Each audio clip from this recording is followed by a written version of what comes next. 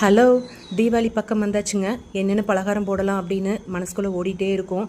கண்டிப்பாக எல்லார் வீட்லேயுமே ஒரு ஸ்வீட்டு ஒரு காரம் இல்லாமல் இருக்காது. ஏன்னா குட்டீஸ் வந்து லீவில் இருப்பாங்க. கண்டிப்பாக அவங்களும் என்ஜாய் பண்ணுவாங்க. நான் வந்து இன்றைக்கி முறுக்கு ரொம்ப சிம்பிளாக அரிசி ஊற வைக்காமல் மாவாட்டாமல் எப்படி செய்கிறது அப்படிங்கிறத நான் உங்களுக்கு சொல்கிறேன். 2 கப் அளவுக்கு பச்சரிசி மாவு, இது கடையில் வாங்கினது தான். 1 கப் அளவுக்கு பொட்டுக்கடலை, அதையும் எடுத்து பவுடர் பண்ணி சேர்த்துக்கோங்க. அப்புறம் வெள்ளை, எள்ளு, பெருங்காயத்தூள், சீரகம் கொஞ்சமாக கையில் கசக்கி போட்டுக்கலாம். நீங்கள் இதுக்கு பதிலாக ஓமம் போடுறதா இருந்தாலும் போட்டுக்கலாம். தேவையான அளவுக்கு உப்பு, அப்புறம் கொஞ்சமாக மிளகாய்த்தூள், இது காரத்துக்காக போட்டுட்டு சூடான தேங்காய் எண்ணெய் ஒரு கரண்டி அளவுக்கு ஊற்றிக்கலாம். ஊற்றிட்டு கொஞ்சம் கொஞ்சமாக தண்ணி தெளித்து நல்லா முறுக்கு மாவு பதத்துக்கு பிசைஞ்சு எடுத்துக்கோங்க. கொஞ்சம் சாஃப்டாகவே இருக்கட்டும். ரொம்ப திக்காக இருந்ததுன்னா உங்களுக்கு பிழியறதுக்கு சிரமமாக இருக்கும். அதனால்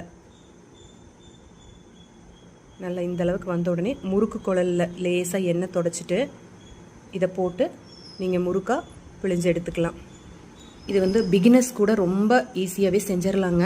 கண்டிப்பாக ஃபெயில் ஆகிறதுக்கு சான்ஸே இல்லை. முறுக்கு எதுவுமே பொடியாமல் ரொம்ப சூப்பராக அவ்வளோ வாசனையாக இருந்துச்சு. கண்டிப்பாக எல்லாருமே ட்ரை பண்ணி பார்க்கலாம்.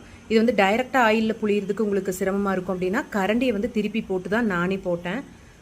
இது வந்து ரொம்ப ஈஸியான மெத்தட். கண்டிப்பாக ட்ரை பண்ணி பாருங்கள். சூப்பரான முறுக்கு வீட்லேயே நம்ம ரெடி பண்ணியாச்சுங்க. இது போட்ட சலுப்பே தெரியலிங்க. சீக்கிரமாக ஒரு 10-15 நிமிஷத்துலேயே நான் ரெடி பண்ணிட்டேன். கொஞ்சமாக தான் போட்டிருந்தேன். நீங்கள் நிறையா குவான்டிட்டி வேணும்னா தாராளமாக போட்டு செஞ்சு பாருங்கள். அட்டகாசமான முறுக்கு வீட்லேயே ரெடி பண்ணியாச்சு.